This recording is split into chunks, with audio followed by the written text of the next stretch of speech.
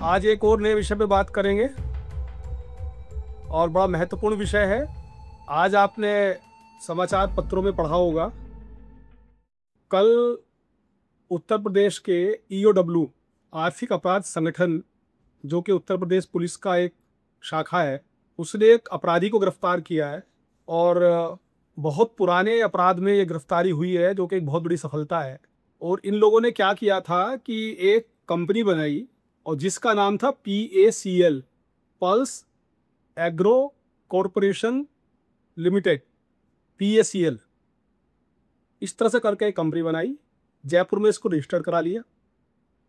और उसके बाद इन्होंने एक स्कीम निकाली जिसके अनुसार पब्लिक से RD और FD के रूप में इन्होंने पैसा इकट्ठा करना शुरू किया। और जो स्कीम थी, जो योजना थी, उसमें यह कहा गया था कि आपको अमुक जगह पर प्लॉट दिया जाएगा और बड़ी अच्छी लोकेशन बता के, और इस तरह से उसको प्रचारित करते हैं ये लोग कि जैसे कि बहुत जल्दी, कुछ ही समय में बहुत भारी फायदा होने वाला है। तो जो हमारे मध्यम वर्गीय लोग हैं, जो निम्न मध्यम वर्गीय और गरीब लोग हैं, वो इस झांसे में इनके आ जाते हैं और फिर बड़ी भारी मात्रा में इनके पास रकम इकट्ठा कराई लोगों ने। दोस्तों, भारत के 10 राज्यों में, मैं राज्यों के नाम बता देता हूं: उत्तर प्रदेश, असम, पंजाब, राजस्थान, दिल्ली, मध्य प्रदेश, आंध्र प्रदेश, केरल, बिहार और छत्तीसगढ़। अब आप देखिए, कोई छोड़ा नहीं इन्होंने, कोई इलाका, पूरा ईस्ट वेस्ट नॉर्थ साउथ, सारे राज्यों में इन्होंने अपनी अपनी शाखाएं खोली और वहां डिपॉजिट के नाम पर लालच देते हुए, भारी लाभ का लालच देते हुए, भारी मात्रा में धन इकट्ठा कराया। अब आप सोचिए कि धन कितना हो सकता है। ये धन इन्होंने इकट्ठा कर लिया, जो पैसा इकट्ठा किया वो था 49,000 करोड़, 49,000 करोड़ रुपया। इतनी भारी मात्रा में इन्होंने रकम इकट्ठा कर ली। और उसके बाद ये कंपनियां बंद करके, जैसे होता है, बहुत संक्षेप में मैं नहीं जाऊंगा क्योंकि वो मेरी इस वीडियो का पर्पज़ नहीं होता। पर्पज़ होता है आपको अवेयर करना।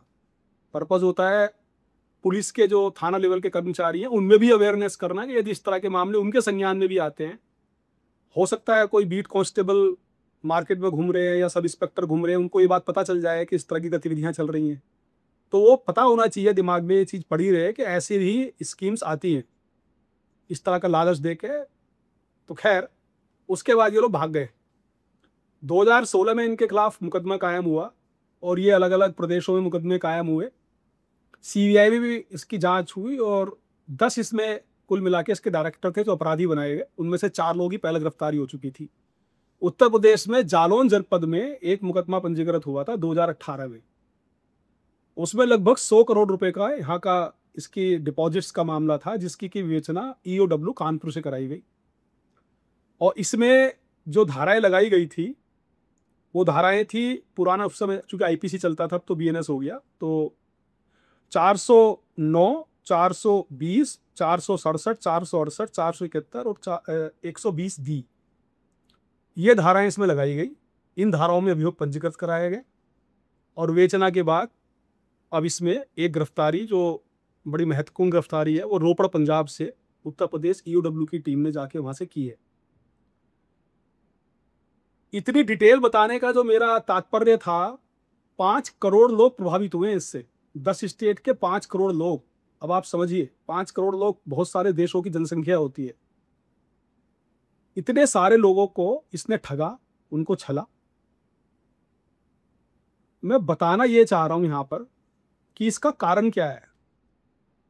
इसका कारण ये है, चूंकि हम लोग आकर्षक और लुभावनी जमा योजनाओं पे विश्वास कर लेते हैं और कुछ ज़्यादा पैसा कमा लें, ज़्यादा ब्याज के रूप में या किसी अन्य रूप में, उस लालच में फंस जाते हैं। और इन्होंने, मजे की बात है कि RBI एक्ट जो है 1935 का, उसके अंतर्गत भी इन्होंने पंजीकरण नहीं कराया था। जो उसकी धारा होती है 45, उसके अंतर्गत भी इन्होंने पंजीकरण नहीं कराया था। और ये एक NBFC थी।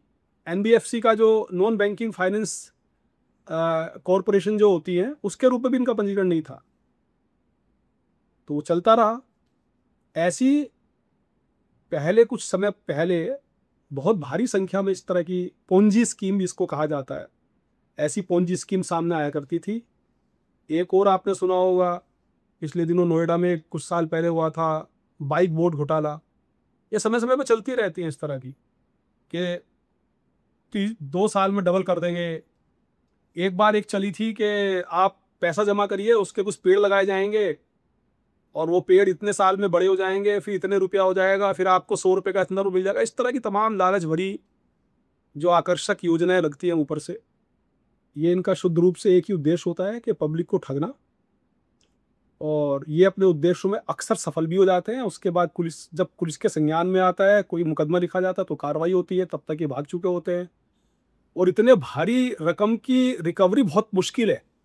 इतने भारी पैसे की रिकवरी, इतने 49,000 करोड़, 49,000 करोड़ रुपया, इसकी रिकवरी बहुत मुश्किल काम होता है किसी भी मशीनरी के लिए। तो इसका बेस्ट तरीका क्या है कि इससे बचाव रखा जाए। अपने लालच को आप नियंत्रित रखिए और सोच के चलिए कि कोई भी व्यक्ति, कोई भी जो इन्वेस्टमेंट आपका करा रहा है वो अपनी जेब से नहीं देगा।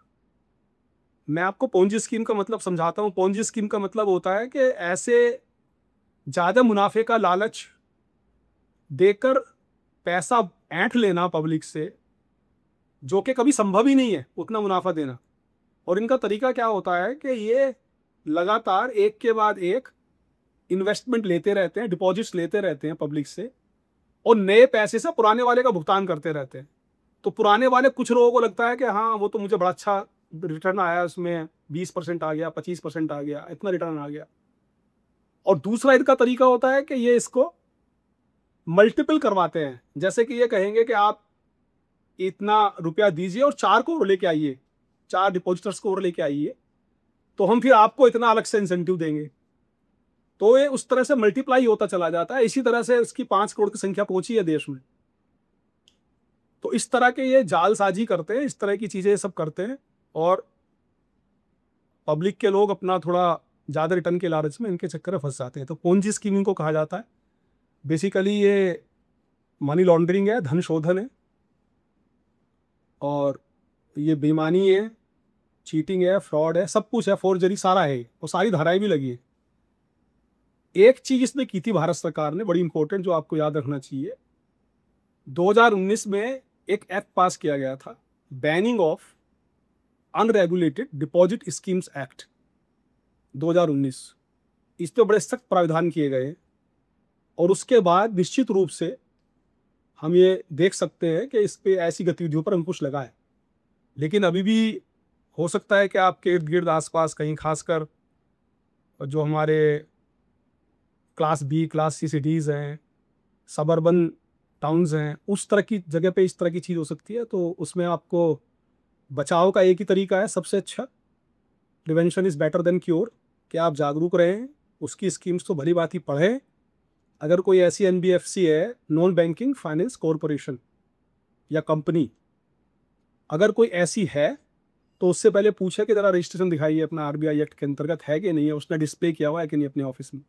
और बहुत ही समझदारी के साथ अपना पैसा इन्वेस्ट करना चाहिए। हार्ड अर्न मनी होती है, कोई ऐसा नहीं होता है जो बैंक से या जो बाकी जो हमारे रिकॉग्नाइज संस्थान है उससे ज़्यादा आपका इंटरेस्ट या आपको प्रॉफिट या कुछ बोनस या फला चीज़ें दे देगा। ऐसा कहीं से कोई लाता नहीं अपने पास से। वो जैसे मैंने बताया, पोंजी स्कीम का मतलब ये होता है कि पहले 10 से पैसा लिया, उसके बाद फिर 10 से लिया तो दूसरे से लिया, वो पहले वाले को दे दिया। इस तरह से करते रहते हैं। जब इनका पैसा कॉर्पस इकट्ठा हो जाता है फिर ये निकल जाते हैं। तो आप लोगों को बहुत इसमें ध्यान रखना है। और अगर इस तरह की कोई गतिविधि सामने आती है तो उसमें आप उत्तर प्रदेश सरकार को, शासन को, या DGP हेडक्वार्टर को, या EOW का जो हेडक्वार्टर है, या इसके सेक्टर ऑफिस भी हैं उत्तर प्रदेश में, बहुत जगह पर हैं, करीब करीब सारे जोनल हेडक्वार्टर्स में इसके जो सेक्टर ऑफिस हैं, वहाँ पे आप सूचना दे सकते हैं। एक हेल्पलाइन नंबर भी जारी किया गया है, उस पर भी आप बता सकते हैं और अपने पैसे को बचा सकते हैं।